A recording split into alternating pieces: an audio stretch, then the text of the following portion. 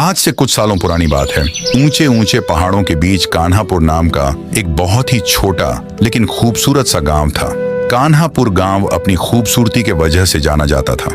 इसी गांव के बाजू में बहती थी नील गंगा नाम की एक बड़ी सी नदी। कान्हापुर गांव के सारे लोग इस नदी को बहुत पूजते थे। दिन भर में कई गांव वाले इस नदी में नहाने आते थे, क्योंकि उनका मानना था कि नील गंगा नदी में नहाने से हमारे सारे पाप दूर हो जाएंगे। और शायद ये सही भी था, क्योंकि पिछले कई वर्षों से इस गांव में कोई भी बड़ी आपदा नहीं आई थी। सभी लोग खुशी खुशी रहा करते थे। लेकिन नील गंगा नदी के बाजू में ही था एक बंद पुराना अस्पताल, जिसके मालिक का नाम था अश्लील बाबू।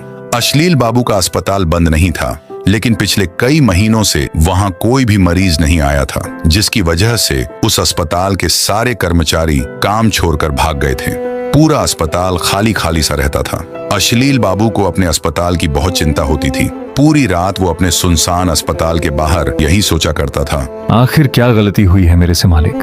कुछ महीनों पहले तक तो मेरा अस्पताल कान्हापुर गांव में सबसे मशहूर था, लेकिन अचानक से खामोशी क्यों?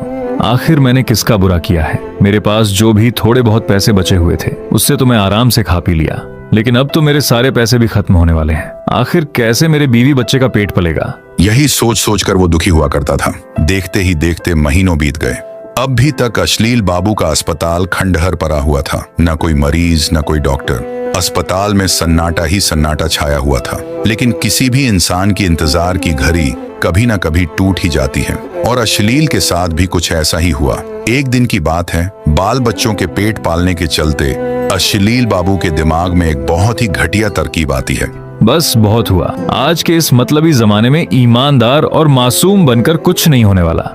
अगर मुझे अपने बाल बच्चों का पेट पालना है तो मुझे भी अब जालिम बनना पड़ेगा। अश्लील बाबू के दिमाग में उस दिन जो आया था, उससे पूरे कान्हापुर गांव में महामारी आने वाली थी। वो तुरंत अपने बचपन के दोस्त डॉक्टर खन्ना के पास गया, जो बहुत बड़े साइंटिस्ट थे। अश्लील बाबू डॉक्टर खन्ना के लैब रूम में जाते हैं। खन्ना मेरे यार, देख तेरे से मिलने कौन आया है, तेरे बचपन का दोस्त। खन्ना भी अश्लील लाल को देखते ही बहुत खुश हो गया। आओ आओ अश्लील, बहुत सालों बाद हम दोनों मिले हैं। आखिरी बार तो हमारी मुलाकात 30 सालों पहले ही हुई थी।